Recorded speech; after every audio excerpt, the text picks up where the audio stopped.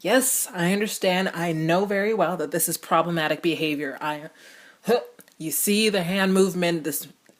Hey internet goers, it's Jess here, and welcome to the Momoshow. You know, I tend to downplay it sometimes, but I didn't realize just how boy crazy I was until I flipped through page after page of lipstick kisses, hearts, using their names in acrostic poems to describe how hot they are, replacing my surname with theirs,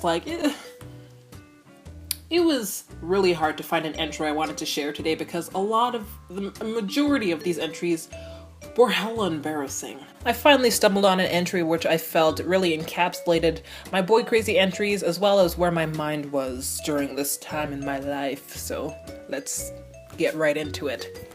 This entry comes from Monday, December 31st, 2006.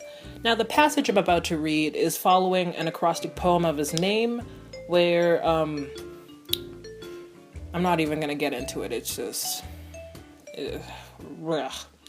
So, let's dive right in. There are about 5 girls in my class that like him. So now you know how hot he is. There's some tough competition out there, but I'm planning to leave a card in his desk for Valentine's Day while he's out for recess. Here are my goals. So I made a list of goals.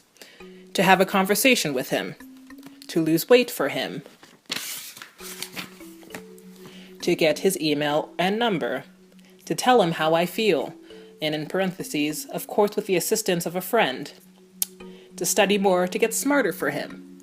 To be more athletic to impress him. To buy blouses that are better for him. That's all for today. G2G, it's 1 a.m. Bye. And I finished it off with hearts that have his name inside.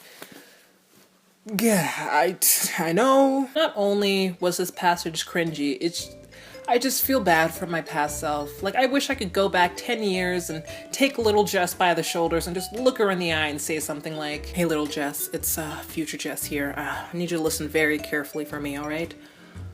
I need you to tell Dad to invest in Facebook, buy as many stocks as you can, jump up before 2008, there will be an economic recession, save your money.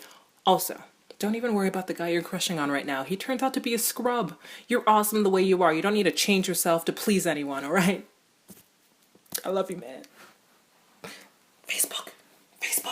Let him know. The topic of self-esteem can be drawn from this entry. In hindsight, I've learned that self-improvement is important for personal growth. But if those efforts are purely fueled by the desire to get someone else's approval, you're doing more harm than good. If you have to put on a facade for someone else to notice you, that person is not worth having, alright? You need someone that's down with the side of you that loves pickles in their macaroni or likes to kill for sport. I mean, someone you don't have to pretend around, you know? I've definitely improved since this entry. Like, I still need a nudge from a friend to talk to a cute guy, but once I get close enough, I chloroform them, put them in my basement, and wait for Stockholm Syndrome to set in. Baby steps, you know? Hope you learned something. I'll see you Monday. Bye!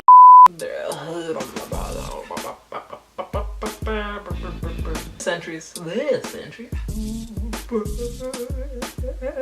Grammar here is just atrocious, so making it a little hard to read. I messed up again. I didn't.